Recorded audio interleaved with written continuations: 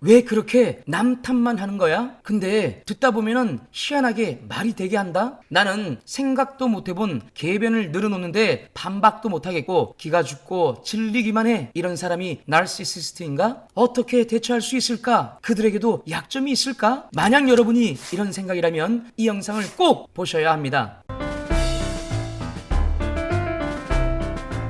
안녕하십니까? 여러분의 건강한 삶을 돕는 새딸아빠 백주부입니다. 여러분의 좋아요, 구독, 알림 설정은 좋은 영상을 만드는데 무척 힘이 됩니다. 오늘은 나르시시스트가 갖고 있지 않은 산무 세 번째 얘기해 보겠습니다. 나르시시즘은 성격 장애 중 하나입니다. 우리 신체에 눈과 귀, 입 같은 감각기관이 장애를 겪으면 바깥 세계를 인지하기 어려운 것처럼 이 나르시시스트는 타인의 생각과 감정을 잘 공감하지 못하는 성격 장애인 겁니다. 어떻게 보면 참 불쌍한 사람들이죠. 여러분 주변에 나르시시스트가 대단하거나 무섭거나 이해가 안 돼서 압도될 필요가 없습니다. 자신에게 도취되어 최고인 양 자만하지만 사실 그들은 장애를 갖고 있는 사람들이기 때문입니다. 알면 쉬운 거죠. 오늘도 나르시시스트가 갖고 있지 않은 약점을 알아보고 박살내 보자고요. 나르시시스트 박살내기 산무 세 번째, 무성찰. 나르시시스트는 자기 성찰이 없습니다. 무감각과 무만족과 연결이 되는데요. 바깥 세계에 대한 무감각으로 살기 때문에 자신을 바로 직시하지 않습니다. 상식적인 사람은 타인의 평가, 사업의 실패, 관계의 실패 등등을 거울 삼아 자신을 성찰하여 잘못을 인정하고 자신을 성장시키죠. 자기 성찰은 인간의 성숙을 위해 반드시 필요한 겁니다. 그런데 아이러니하게도 이 무성찰이 오히려 처음 얼마 동안은 나르시시스트의 매력을 만들기도 합니다. 기업들에게 성격 검사 서비스를 제공하는 호건 진단 시스템의 로버트 호건은 나르시시스트의 자기 성찰 없는 자기 긍정에 대해서 다음과 같이 말합니다. 나르시시스트의 가장 큰 장점은 면접을 기가 막히게 잘 본다는 점입니다. 면접관들의 마음에 쏙 들 수밖에 없습니다. 나르시시스트는 용기 있는 사람처럼 보이며 카리스마를 뿜으며 자기 홍보를 엄청 잘합니다. 분명히 첫인상이 매력이 있다는 거죠. 그러나 장기간의 협업을 통해 오히려 나르시시스트가 조직을 망가뜨리는 것을 알게 됩니다. 브리티시 컬럼비아 대학의 딜로이 폴 허스 연구팀은 오랜 기간 동안 나르시시스트와 정상인의 협업을 관찰하는 연구를 했는데요. 동료들 간의 첫인상을 평가하고 점수를 매기게 했습니다. 폴 허스는 그 결과에 대해서 다음과 같이 말합니다. 첫 번째 만남에서 스스로를 칭찬하는 사람들이 긍정적인 인상을 주었습니다. 이들은 쾌활하고 적응력이 뛰어나며 유능해 보였죠. 그러나 7주 뒤 이들에 대한 평가는 부정적으로 바뀌었어요. 처음 얼마 동안은 나르시시스트의 근자감, 유쾌함 등이 매력처럼 보이는 겁니다. 그러나 협업을 하면서 자연히 발생되는 주변과의 마찰 속에서 전혀 자기 조정, 양보, 타협, 헌신 같은 인간관계에 필수가 없으니 동료들과 갈등만 깊어지는 결과를 보여주었다는 것이죠. 결국 이런 사람을 누가 좋아하겠습니까? 여러분 중에 와 나도 저 사람처럼 자신감이 있으면 좋겠어, 정말 재밌고 유쾌하던데, 이렇게 부러워하지 마세요. 자기 성찰이 없으니 자신의 부족함을 몰라서 나오는 허세입니다. 진정 자신의 부족함을 인정하고 극복하는 자기 성찰의 과정에서 나오는 성품과 전문 영역의 실력이 아닙니다. 나르시시스트의 내면 세계는 자기 성찰과 반대인 자기 친화적이기 때문에 자신의 내면에 자기 긍정의 소리만 귀담아 듣습니다. 저들이 틀렸어. 나는 여전히 좋은 사람이야. 내가 최고지. 최고인 내게 문제가 있겠어? 문제는 저들이야. 그래, 문제거리인 저들을 제거해야 돼. 이처럼 나르시시스트는 자도취에 빠져있는 사람들입니다. 자기 성찰이 없으니 문제가 생겼을 때 자신을 살피는 과정이 없이 바로 주변과 타인을 문제 삼는 겁니다. 그래서 나르시시스트는 항상 주변을 탓하고 자기 합리화를 하며 교묘히 책임을 빠져나갑니다. 그리고 만약 당신이 그 원인을 밝혀 지적이라도 한 경우에는 당신을 공격할 겁니다. 자신은 문제가 없다고 생각하니까요. 그래서 나르시시스트는 끊임없이 타인을 공격하는 겁니다. 왜 그들이 갈등이 일어날 때 타인의 흠을 잡고 공격하고 깎아내리는지 이제는 아셨죠? 바로 무성찰 때문입니다. 완전히 자신에 대해서 무지하고 무감각한 거죠. 만약 당신이 이런 나르시시스트의 정체를 모르거나 마음이 심약하다면 그들의 궤변에 할 말을 읽고 당황할 수 있습니다. 왜냐하면 그들이 발달시킨 것은 자기 성찰이 아니라 타인을 탓하는 궤변 논리이기 때문입니다. 궤변을 늘어놓는 쪽으로 뇌신경이 발달한 거죠. 듣다 보면 어느 정도 일리도 있거든요. 그래서 헷갈리고 당황하게 만드는 겁니다. 절대 당황하지 마세요. 괜히 일리가 있구나 생각하지도 마세요. 무성찰에서 나오는 궤변입니다.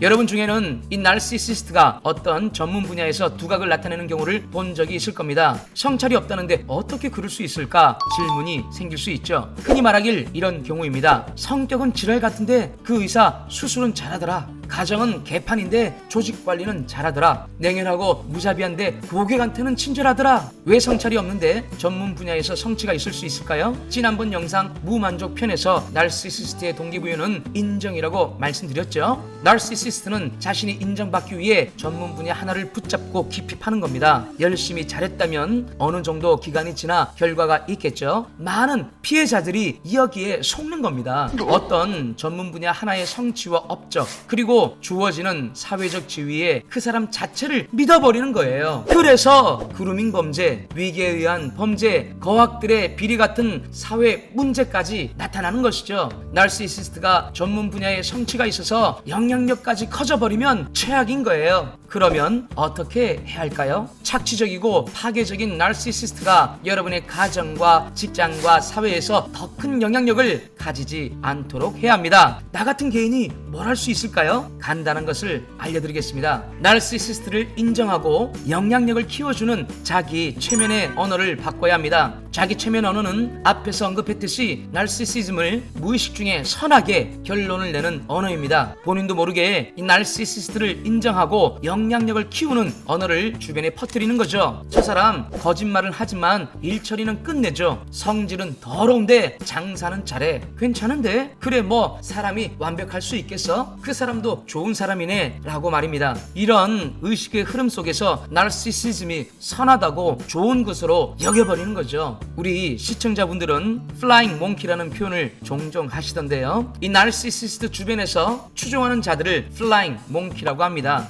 결국 그 몽키들도 똑같은 피해자가 될 텐데요. 한동안은 나한테 잘해주니까 괜찮아. 아직 나한테는 그런 나쁜 일이 일어나지 않았으니까 괜찮아라며 점점 더 깊은 자기 최면에 빠집니다. 나중에는 이 나르시시스트의 적극적인 협조자가 되죠. 결국 버려질 텐데요. 참 불쌍한 몽키들입니다. 여러분의 동료나 주변의 사람들이 이런 플라잉 몽키가 되기 전에 일상에서 더 중요한 가치를 일깨워 줘야 합니다. 일상에서요. 나르시시스트가 더 영향력을 가지지 않도록 추종자들이 생기지 않도록 하는 겁니다. 일상에서 저처럼 강의를 할 필요는 없죠. 쉬운 방법이 있습니다. 앞에서 언급한 자기 최면 언어의 순서만 바꾸면 됩니다. 예를 들어 성질은 지랄인데 업무 처리는 끝내줘 같은 경우는 업무 처리만 잘하면 뭐하냐? 성격이 지랄인데. 프로젝트 진행만 잘하면 뭐하냐? 인간미가 없는데. 일만 잘하면 뭐하냐? 거짓말 투성인데. 이처럼 가볍게 얘기해 주는 겁니다. 물론 이때 기술이 필요합니다. 너무 공격적으로 얘기하면 감정이 불편할 수 있죠.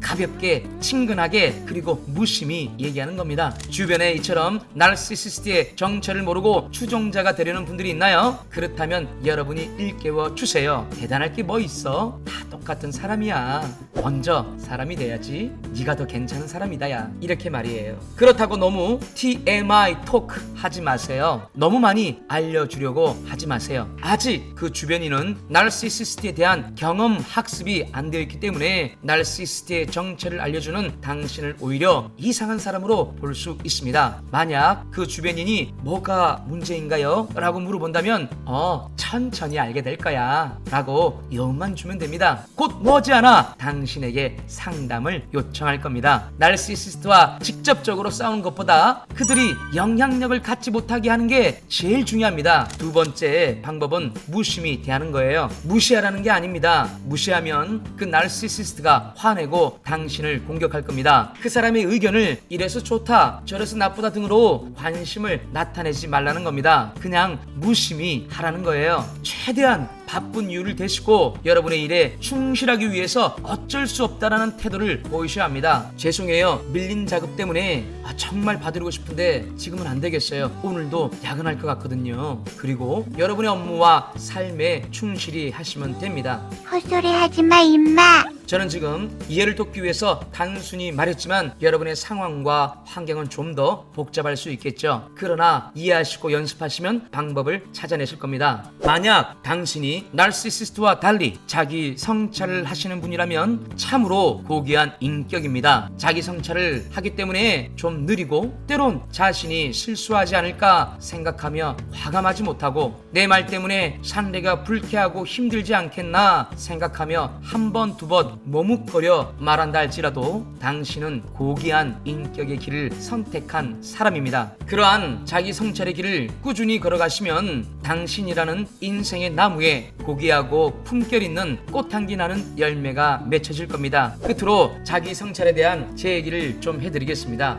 저도 자기 성찰이라고는 하나도 모르는 성장기를 살았습니다. 그냥 시험 때는 공부 좀 하고 놀기도 좋아하는 10대였습니다. 뭐 이렇다 할 범죄를 저지른 경력도 없었고 왕따를 당할 만큼 나약하지도 않았습니다. 커가면서 누구나 그렇듯이 작은 인정도 받으며 스스로 꽤 괜찮은 사람인 줄 착각했습니다. 좀 실패하면 내가 노력을 안 해서 그렇다고 생각했습니다. 근데 이게 자기 성찰이 덜 된 상태였죠. 뭐가 잘못됐을까요? 뒤집으면 내가 노력만 하면 안 되는 게 없다는 자만감이 있는 겁니다. 내가 노력하면 남보다 더 잘한다는 우월감도 있는 겁니다. 그런 저는 자기 성찰이란 단어를 몰랐습니다. 교만하게 산 거죠. 그러다 성경을 선물로 받고 읽기 시작했습니다. 성경에 많은 인물들이 참 형편없이 죄를 짓더군요. 어떻게 인간이 저러냐. 정말 바보 같고 한심하고 의리도 없다. 그렇게 성경을 보다가 그 바보 같고 한심하고 연약한 인간이 바로 저임을 알게 됐습니다. 제 자신의 본질이 보인 거예요.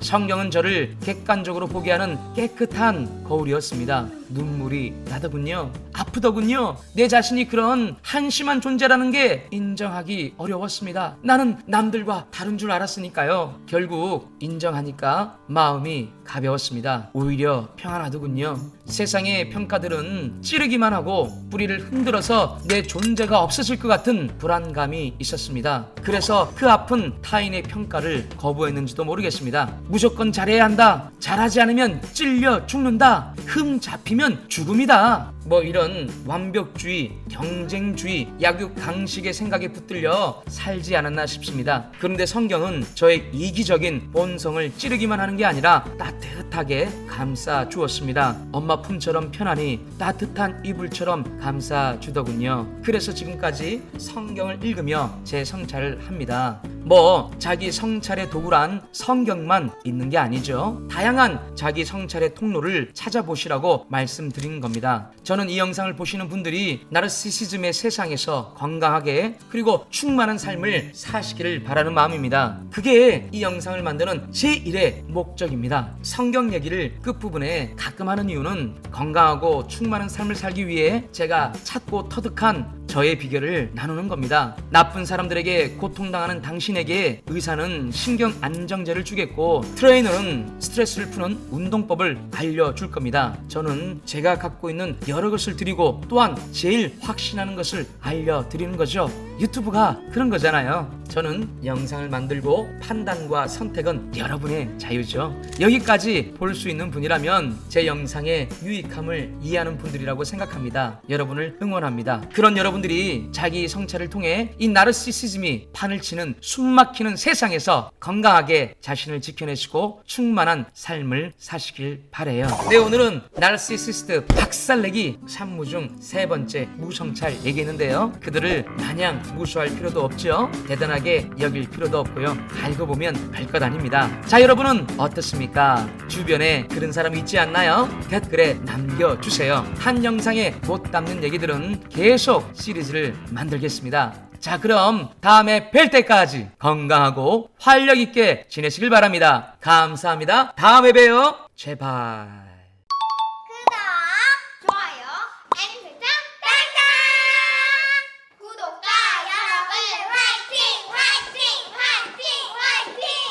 가자.